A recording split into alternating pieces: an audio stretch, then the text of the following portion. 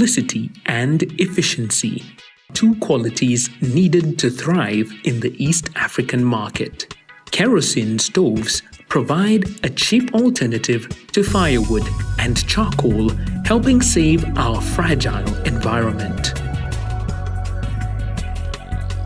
The main raw materials used are these steel sheets.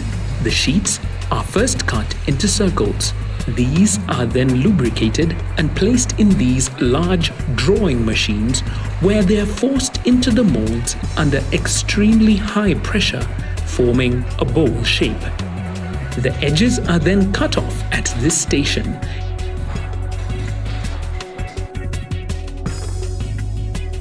Almost all the parts for the stove are made from steel, and at these stations, the sheet metal is punched and shaped into the various components.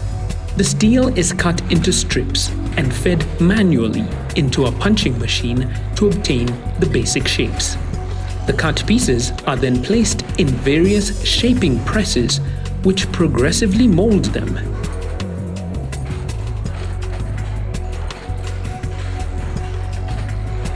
To attain the final cylindrical shape, the tube is mounted onto a rod and pressed severally to form the perfect tube through which the wick shall pass.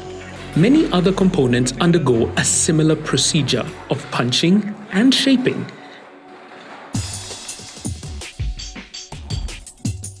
Various components are then welded together as the stove begins to take shape. The workman uses a guide to place mounts for the pan holders, and then on go the stands for the shield. At the next station, a cylindrical guide is used around which the pieces of the flame holder, also known as the burner, are welded together. These sheets are perforated to regulate the airflow around the flame.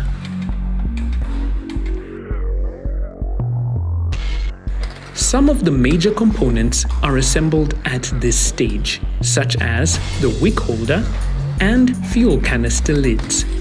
The workman places the metal tubes into position on the base plate, then inserts a top plate on the ends of the tubes. He then uses a forming tool and a hammer to fold over the ends of each tube, creating a strong bond. The moving part of the wick holder only requires one plate, and so the procedure can be done via machine.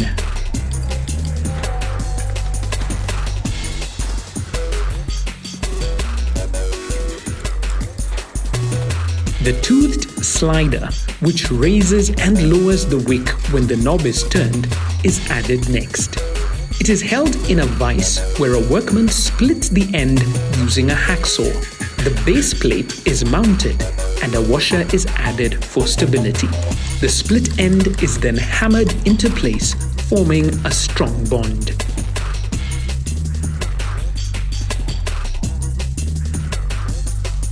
All the components except the burner are then painted using the powder coating method.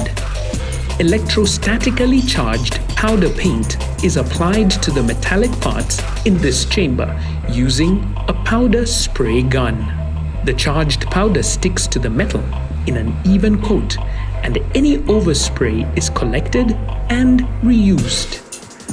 The parts are then hung in the kiln to cure at a high temperature, resulting in a shiny gloss finish. The painted machined parts are then riveted, screwed, and snapped together, and a few samples are tested for quality control. And immediately, the characteristic blue flame is ready to serve whatever cooking needs you may have. Steel kerosene stoves, made in Kenya.